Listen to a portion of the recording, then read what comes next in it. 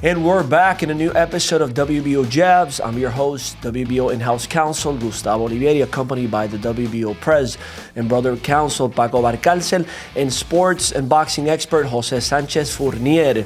Paco, Jose, welcome to the show. How are you guys? I'm good. You know, I like to see Jose like this, you know, Harvard style.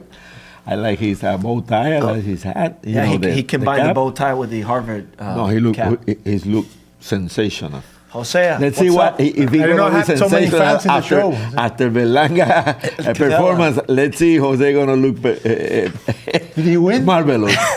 Did he win? You're on the hot seat, Jose. There's a couple of TV personalities and bloggers criticizing based on your prediction and analysis of Canelo Berlanga. So let's go. And I haven't slept because of that. let's start with the show, Paco. Last Saturday we were in Viva Las Vegas. Canelo Berlanga. Canelo's sixth WBO title defense at super middleweight. You were the supervisor for the fight. Give me your impressions, thoughts of Canelo's performance and Berlanga as well. Let's straight from the bat, Paco. Go ahead. The fight was sensational. Tremendous. Marvelous fight. Outstanding performance by Canelo. Good show also. Great show. Except one fight. Yeah. The fight was good. The show was good. The co-main was not that good. Yeah, the show was good. Mm-hmm. Canelo, it's Canelo. You know, we were expecting that performance. But I got shocked when I saw Berlanga after the knockdown. Yeah, in the third round. The third round, yes. He showed that he got guts. He showed that he's a player in that division. Probably after Canelo, the best player in that division. With a big name. He can make good money after the fight. He got good opponents in the division. All the guys that Canelo have been beaten can be opponents for Berlanga. Certainly. And Canelo won't be there forever. Berlanga is 27, Canelo is 34. The sky is open. I talked to Eddie after the show. I say, hey, the star is born. He said, Paco, yes, the star is born. Yeah. I think Berlanga surprised many of us. I mean, including you. Including me. I thought he was going to get knocked out. And he showed what Ernest Hemingway called grace under pressure, which is very important for a boxer because getting hit is the important part of boxing. Knowing how to deal with damage, getting punched repeatedly against such a masterful boxer. And he was able to navigate the difficult waters. And then at the end, he closed with a very good showing in the last 3 rounds. 11th, 12th, and the 10th. He still had energy. He put a little bit of gas on the engine, and he had Canelo a bit flustered at the end of the fight. I think Berlanga, Paco, and Jose excelled at the highest stage of World Championship boxing against boxing's pound-for-pound star. The first 2 rounds, Berlanga was a little bit passive, was not engaging much. After the third round, Paco, as you correctly mentioned, Berlanga got up. He recognized that he had lowered his right hand, and Canelo knocked him out with a left hook. And Berlanga said, let's fight now. And he, put, how we say in Spanish, cojones. Yeah, guts. Mexican cojones. Yeah. And Paco, we were talking about this yesterday. Canelo tried to finish him at the third. And he showed, But he got hit too. He got hit. Yeah, that's what I mean. Yeah. When Canelo went in for the kill, or maybe to try and to see if he could finish him, Berlanga was up to the fight, and he caught Canelo a couple of times. Yeah, he fought back. Valiant he hit effort. Canelo hard in that round. And you cannot train for that. You have to be born with that type of. He had a great conditioning, Paco. Yeah. Hungry. Except for Triple G. The best opponent of all that guys have been Berlanga. Even better than Munguia, you think? Oh, much better. That's a good name for Munguia's fighting, I believe, this weekend or the next weekend against Eric Bazinjan, a WBO regional title. You got Munguia. You got Caleb Plant, who fought on the undercard. You got Christian and Billy. Diego, the new star. So there are new up-and-coming stars. Or I would like to see Diego Pacheco Berlanga. Eddie has both. Yeah. Sommer next year. That's a great fight. The only person who must be happier than Berlanga with the result is Eddie Hearn. Yeah. Because he came out a star. By losing the fight, he lost the fight. He lost, but he won. Sure. But he came out winning. Can you imagine? His stock has risen with the defeat. It's Absolutely. incredible. Absolutely. Can you imagine, for example, May Batalla de Puebla. May. Yeah, Canelo May fighting somebody, probably Crawford. Let's talk about that, Paco. And then the co-feature, Berlanga and Diego. Paco, you got Riyadh season in the background. If our production can zoom on the logo, what's going to happen with Canelo next? They're talking about either Crawford, who was there on the stands as a fan watching the fight. Crawford was with Turkey at the UFC. Sphere. No, but he was at the show. He saw at the Canelo. Sphere, he was there. To the He UFC came event. to the show, He to came the boxing show. I shake hands with him. Yeah. We're He said supposed hi. to talk, but He's coming to the convention, by the way. he will be at the convention. And Crawford, I know Crawford, Canelo, Turkey, all the guys in Vegas together. No and coincidence. Harrison. Not a his lawyer. coincidence, yeah, not a Yeah, coincidence. they gonna be. So do you think that Crawford is the most potential candidate for Canelo in May? The problem is that Canelo have no opponent now. Who gonna fight him? Benavides? He mentioned. He doesn't need Benavides. What about the Bivol- winner of Bivol and Bivol Beterbiev Beterbiev. in October? He tried that before, and I agree. it's not easy. No, he put a big caveat. Best name, and you go, and the Turkey, the guy who put the money will be pleased. His Excellency. He will be happy. And- Yeah. What do you think, Jose, about potentially Crawford being Canelo's next opponent in May? I think for the Bivol fight, like Paco said, Canelo put a big caveat for that fight. He said he has to beat. If he beats Beterbiev, I'll fight him. That's a big if, So it's a difficult fight for Bivol. So I think money-wise, Crawford is the fight to go. I don't think he's going to fight Benavides. Benavides doesn't have the name, especially after fighting Berlanga. He needs a big name opponent, for a huge mega fight on May 5th. And I mean, Crawford is getting also is a veteran of the sport, one of the greatest fighters ever. Sure. But he's on a high disadvantage. He's also a bit long on the tooth. So, I mean, the numbers make sense for a Canelo Crawford fight. But talking about Crawford as a potential opponent for Canelo, after seeing Berlanga's performance against Canelo, Berlanga, a true super middleweight, big, strong, young, Crawford in his mid-30s, but a smaller weight, do you think Crawford has a legitimate chance to maybe be a competitive fight against Canelo? I mean, Crawford is going to be competitive against Godzilla if he fights Godzilla. I mean, Crawford is an all-time great. Be competitive is one thing, but Winning, being Canelo yeah. is another stuff. Sure, Paco. That's a big if to ask of him, especially after we saw him rising weight in his last fight. Against Madrimov. He didn't show the explosive power he usually does. Yeah, but the guy was very difficult. moving. And Very constantly difficult. moving. But That the guy size was has very to- Southpaw difficult. as well. But the size has a bit to do with it also. Yeah, but that guy is not Canelo. Canelo is a much better fighter I know. than the guy he fought. And it's bigger. And bigger and power. He I got power. still think Crawford. We'll have to get closer to the fight to see if he actually comes up and to analyze it with more detail. But it's difficult to count out either one, Crawford or Canelo. But he's convinced that he can beat Canelo. Let's see what happens. Let's see what happens. He was there because he's convinced he can beat Canelo. So talking more a little bit about other fights coming up. David and Goliath. David and Goliath. We have Paco this Saturday, Riyadh season in Wembley, UK show. The main Anthony event, Joshua. Anthony Joshua against Dubois. Give me your brief impressions of this fight. Joshua pursuing to become a three-time heavyweight championship against Dubois, the up-and-coming heavyweight champion. It's the IBF title at stake. Who do you like? I have been watching both fighting, and I think Joshua got the power, the jab, a good jab, better than Dubois. I think the range is much better than the other. He got the more experience than Dubois. But in the heavyweight, if I hit you with any of my hands, I can put you, light will be out for you. Yeah. And that happened. But in the ordinary circumstances, I pick Joshua. They're trying to set the ground for if Joshua wins, then Joshua will unify with the winner of Usyk and Fury for the undisputed. The winner of that two will be unified. Absolutely. What do you like? Do you like Joshua Dubois? What do you? I like Joshua fighting in the UK. So both. It's a domestic fight. Yeah, but Joshua has a bigger name. He has a more experience than Dubois. But the problem with Joshua is I mean, he's a great athlete. He's not particularly a great boxer. Yeah. But physically, he's got great reflexes. He's got great speed.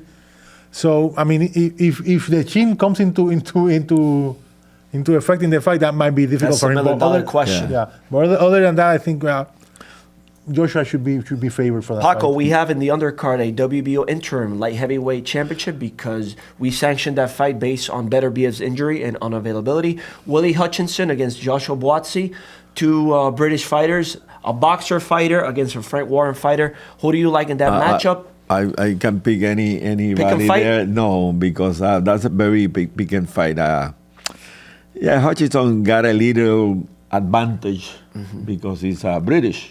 As well as Buatsi. Yeah, but British.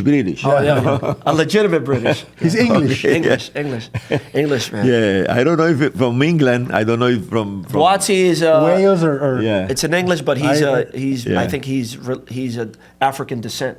Yeah. So let's see. It's an interesting show. We're gonna see it on Saturday, and thereafter. But Hutchinson can fight. He can fight. He can fight. Yeah. The following weekend, Paco, we have 3 WBO fights. We have Michaela Mayer against Sandy Ryan, WBO Female Welterweight Championship, as the headliner at the theater in Madison Square Garden, New That York. will be tough for Michaela. Co-main, Xander Zayas against Damian Sosa, and rising star featherweight Shushu Carrington against Agawa.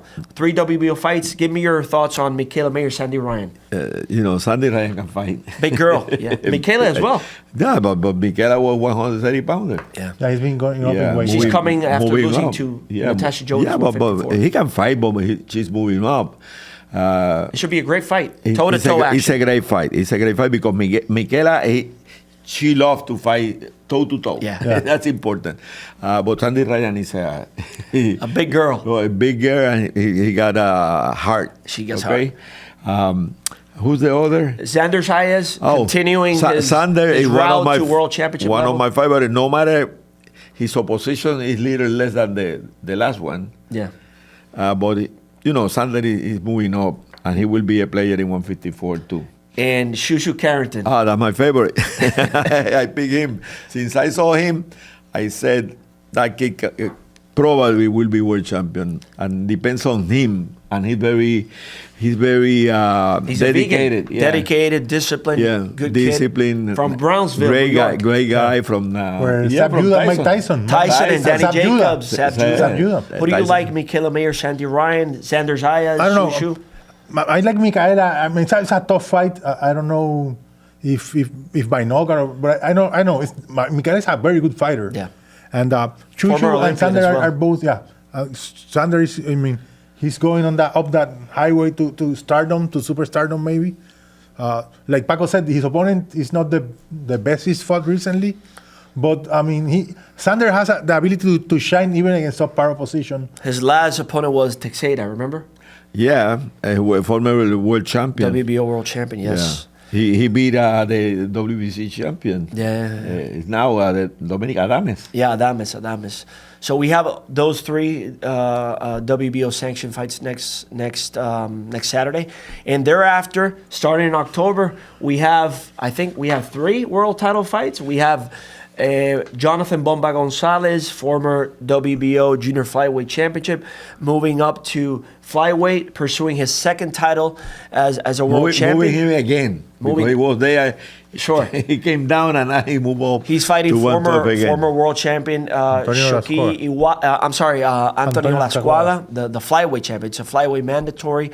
We have Iwata against Jairo Rodriguez, the Spaniard. That would be a very good fight. Lots of WBO championship fights in Japan. That show will be great because all the fights are picking. What do you think about Bomba's pursuit to become a two-division? Tanaka will be fighting too. Tanaka against Kalafu. Yeah. I think Bomba, we'll talk to him in a little while, but Bomba's experience has helped him a lot. I mean, he's a fighter who's become better with age, which is seldom seen in boxing. Usually, when age, and in life, when you get older, you get slower. Things get to be more difficult. And I think experience has helped him a lot. I mean, it's a difficult fight. It's not a walk in the park. Jose, when Bomba was fighting Tanaka, I was a supervisor. That was Goya somewhere there. It was in at the Japan. flyweight, 112, right? Yeah. 112. He was winning all the rounds. until he get hit, in the Body punch? in the sweet spot, right here in the body, and he lost by KO. But he was winning all the rounds up to that moment. Bomba, very highly skilled boxer, former Olympian with significant amateur track record. Southpaw. He sucks, for the can fighter. He box. sucks because he's southpaw, good job, and he can punch. Malicious in the ring, knows how to move and box. Experience. So it's will be that fight will be tough. Mexican, Puerto Rican, Olascuaga coming up. The other is younger. He's a strong guy, but Bomba got the experience and he can box. It's in Japan. He can box more than Olascuaga certainly. He's a southpaw, can punch as well. Bomba. So let's see. We're gonna have him once and Bomba got IQ. He's our guest for today's show, Paco. Oh, great! We can ask him. So let's do that. Let's go to a short break. Remember, to all the fans, subscribe to our YouTube page. Go to our WBO boxing website. Follow us on all social media platforms. WBO Jabs. We're gonna go to a short break, and we'll come back with our first special guest, former WBO 108 champion Jonathan Bomba González. We'll be back. WBO Jabs.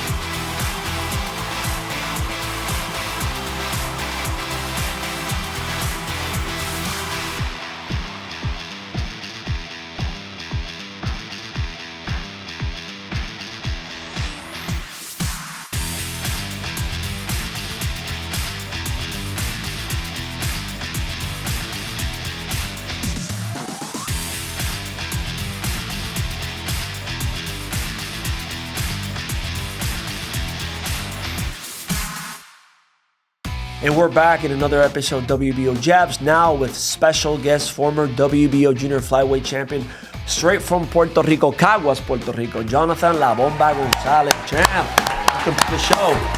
Thank you for having me.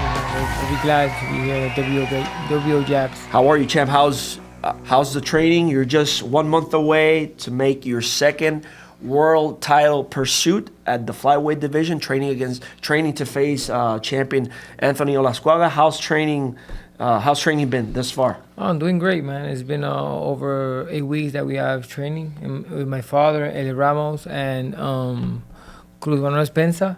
It's been great, man. I'm happy to be in a higher weight class because I couldn't make 100. I couldn't make 100 Sacrificing pounds. a lot, right?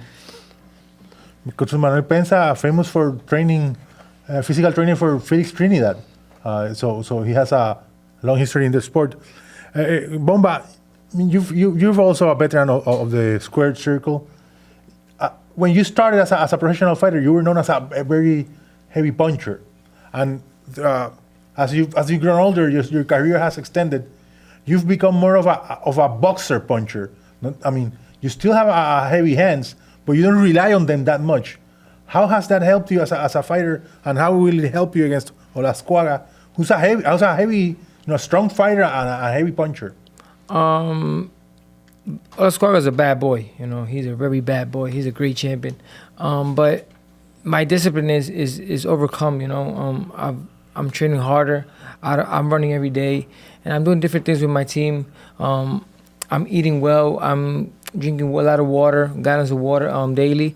But it's helped me because I'm already 33. I'm not gonna. I hope not to be in boxing for 5 more years. But my discipline is helping me to not get tired in the ring. You're never gonna see Bomba González tired anymore. I fought Soto for the WBO title, and I did 12 rounds, and I've done 48 rounds in the last 4 fights, and I have not getting tired. And the discipline helped me a lot. Bomba, you've been. Now this is your 3rd fight in Japan? Yes, I fought. So you fought Tanaka, which you were winning the whole fight at the flyweight division. So it's not the first time you fought in that category. Unfortunately, you suffered you lost the fight, but you've also defeated Iwata in Japan. Yeah, I fought Tanaka in Nagoya in 2019. Mm-hmm. He knocked me down in the 2nd round. I knocked him down in the 4th round, and I was winning a couple of rounds. Yeah. But I was not in my best condition for that fight. No excuses. But with Iwata, I went to Japan, and It was. They say it was a close fight, but Okay. usually I think I won 8 rounds out of 12. But it was a great experience. I want to thank Mr. Honda. He's the best promoter in Japan, and he treats fighters well, man. Those 4 extra pounds, especially now that you're 33, what do they mean in your performance and your ability to go the distance in the ring? It's gonna help. It's gonna help me a lot because to make 100 pounds, last 4 pounds was very difficult for me. Right now, I'm a month away. I'm in 120, 122, 123, but I'm drinking a gallon of water daily.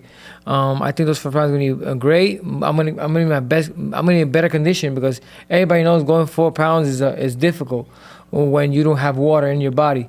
But right now, I think I'm gonna make 112 well, great, and we're gonna fight 12 rounds. You're never gonna see me tire again.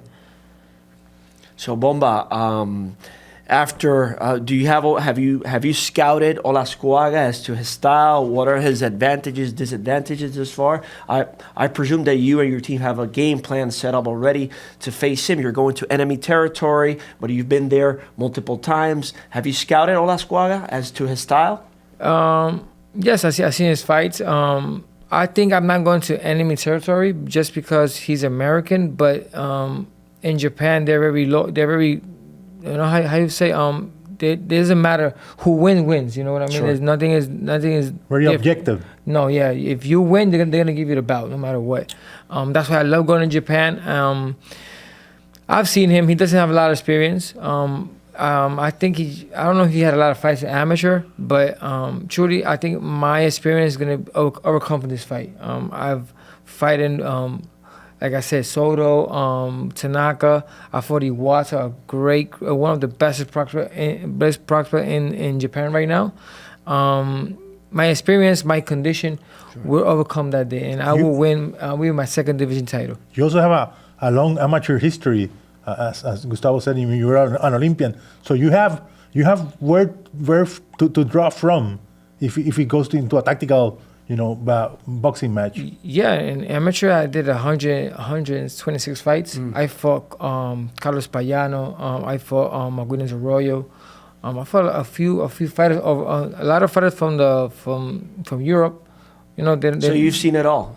Yes, I was gold medalist. I was a world champion, amateur world champion in Mexico 2008, and I was a Central American gold medal. How many world championship fights have you participated in thus far in your career? Right. This would be how many world title This fights? is my 6th. I'm 6? right now. I'm Wow. 4-1. I beat. I lost against Tanaka my first opportunity in 112, and then I won Soto.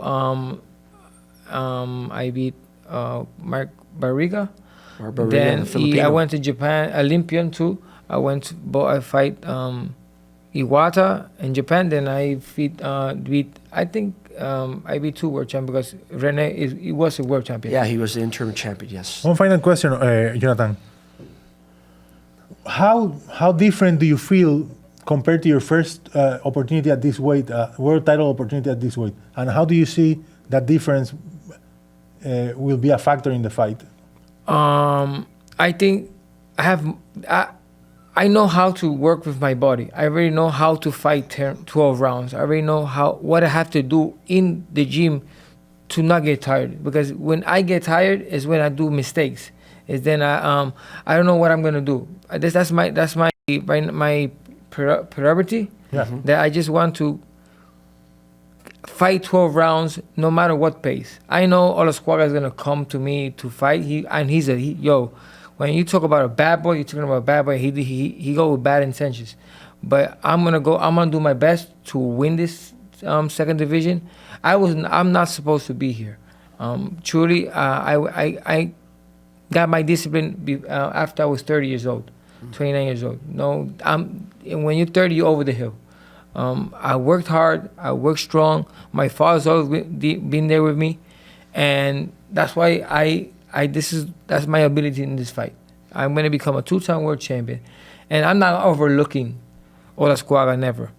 And my dream is to become a 3-division world champion. And Tanaka is still there, I want a rematch, but I'm not overlooking Olascuaga. So, Bomba, before we let you go, you saw Berlanga fighting on Saturday against Canelo. Give me your thoughts on Berlanga's performance and his development as a up-and-coming rising star after fighting boxing's king. Right now, no one can say nothing about Edgar Berlanga. He demonstrated where he is. You have to say, he has to say thank you and never leave his team. I don't know his trainer's team, but I think he got Memorelia. He got different people near him. Don't leave your team. They helped you a lot for this fight. They put you in the stage. In this stage, you did what you did because your team. Don't leave your team and keep working hard. So, Bomba, thank you for coming to the show. Thank you very much. All the best on October. We're going to be watching that fight. We're going to get up at my house with Jose and Paco, a little bit of coffee early in the morning to watch you fight. I thought you were going to go to Definitely. Japan. Let's see. We have the convention, so we're gonna extend you also. I've never been to a convention. Never. Of the WBO? No, You're never. kidding. No, because I always have You're always fighting? Always Tutico put me on fight on Are October. committed? But You gotta hopefully put food on the table, brother. I will right? be. I will be there. One thank Tutico Sabara for always being in my team. I've been loyal to him. It's been over 6-7 years we've been working, and I will retire with All-Star Boxing. Okay, so you're a southpaw, so your jab is the right hand, right? So we're gonna close the show. WBO jabs, and you throw the right jab, okay? Okay, no problem. Thanks for coming, Jose. We'll see you on the next episode. Please remember, follow us on all social media platforms. What's your social media channel? Twitter. Twitter. I got Twitter. It's X. Or they can find you on Instagram? Jonathan Bomba González, Instagram. Okay. Jose, Facebook. what's your social? Sanchez Fournier. There's somebody that a TV personality that's criticizing Jose. We'll talk about that in the Spanish Then go episode. look at me. Look for me at home. Follow Jose and the Champ on their social media platforms. You can find the WBO on WBOboxing.com. Remember the convention, October 28th through November 1st at the Royal Sonesta. World champions, legends, challengers, contenders, rising stars. The whole boxing industry will be here in attendance. Our 37 years celebrating and closing with the bang. So remember to follow us on WBO Jabs. Thanks for tuning in.